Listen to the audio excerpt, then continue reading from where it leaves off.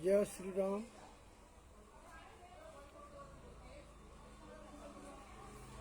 कल देश विजय दिवस मनाएगा 1971 युद्ध की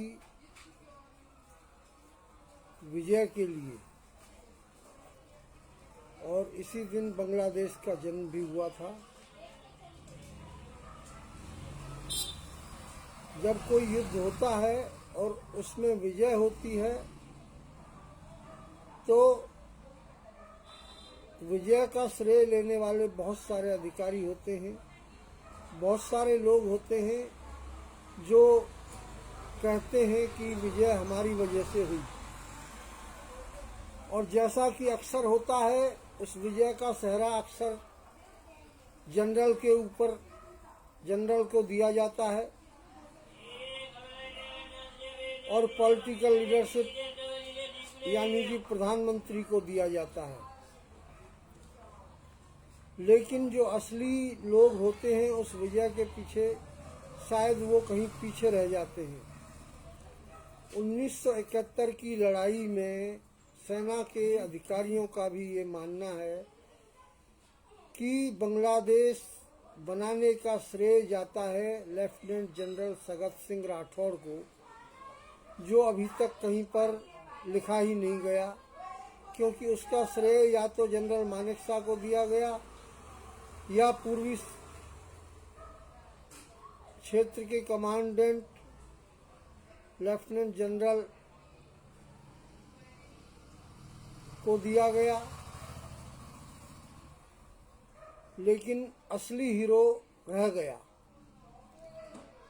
क्योंकि ढाका पर कब्जा करने की रणनीति ना हमारे थल सेना अध्यक्ष के पास थी, न पूर्वी सेना के अध्यक्ष के पास थी। उसकी रणनीति थी लेफ्टिनेंट जनरल सगत सिंह के पास,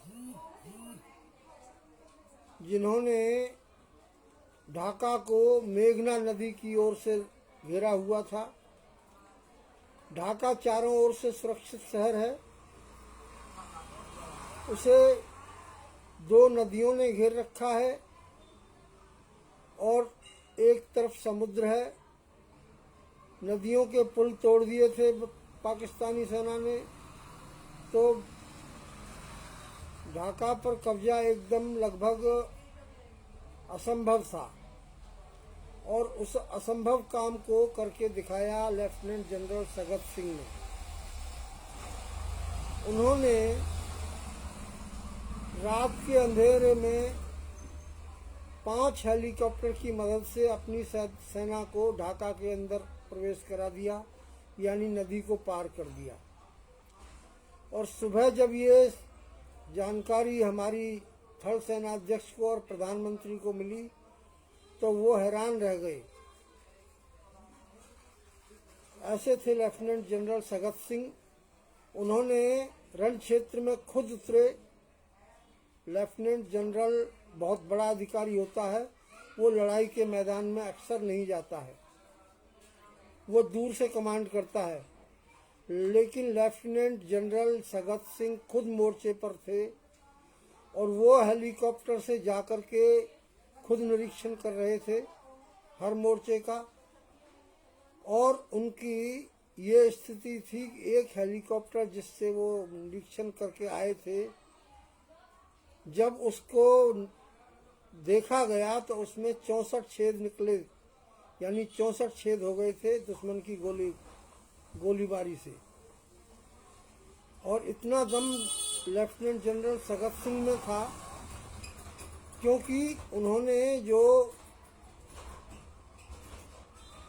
नौकरी की थी सेना की, वो बीकानेर से स्टार्ट की थी, बीकानेर स्टेट में। और बीकानेर स्टेट में आज़ादी से पहले उन्होंने 44 में कैमल रेजिमेंट में नौकरी की थी और सिपाही के पद से भर्ती हुए थे। और वो retired as a lieutenant general भर्ती हुए, रिटायर हुए। हालांकि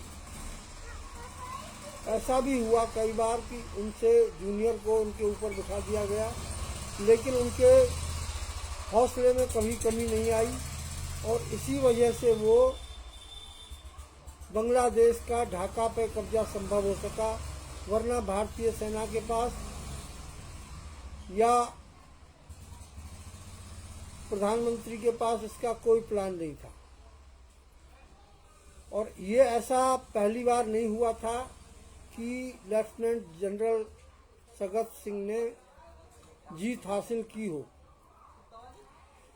इससे पहले गोवा में भी उन्हें मोर्चे पर लगाया गया था, तो उन्होंने अपनी बटालियन लेकर के तुरंत कार्रवाई करके गोवा पर कब्जा कर लिया था, पणजी पर। उसके बाद 67 में उन्हें नाथुला पर लगाया गया था, जहां पर उनके सीनियर उस समय के लेफ्टिनेंट जनरल मानेकशॉ वहां पर थे नहीं और चीनी सैनिक गोलीबारी कर रहे थे। उन्होंने 50-60 भारतीयों को मार दिया था और भारतीय सेना को हुक्म नहीं था गोली चलाने का, ऑर्डर नहीं था। प्रधानमंत्री कार्यालय से कोई रिस्पॉन्स नहीं आ रहा था, कोई जवाब नहीं दिया जा रहा था। ऐसे में लेफ्टिनेंट जनरल सगत सिंह ने अपने दम पर तोप खोलने का आदेश दे दिया, तोपें चलाने का, और बदले में 400 चीनी सैनिकों को मार गिराया और उसी की वजह से नाथुला भारत के कब्जे में रहा। तो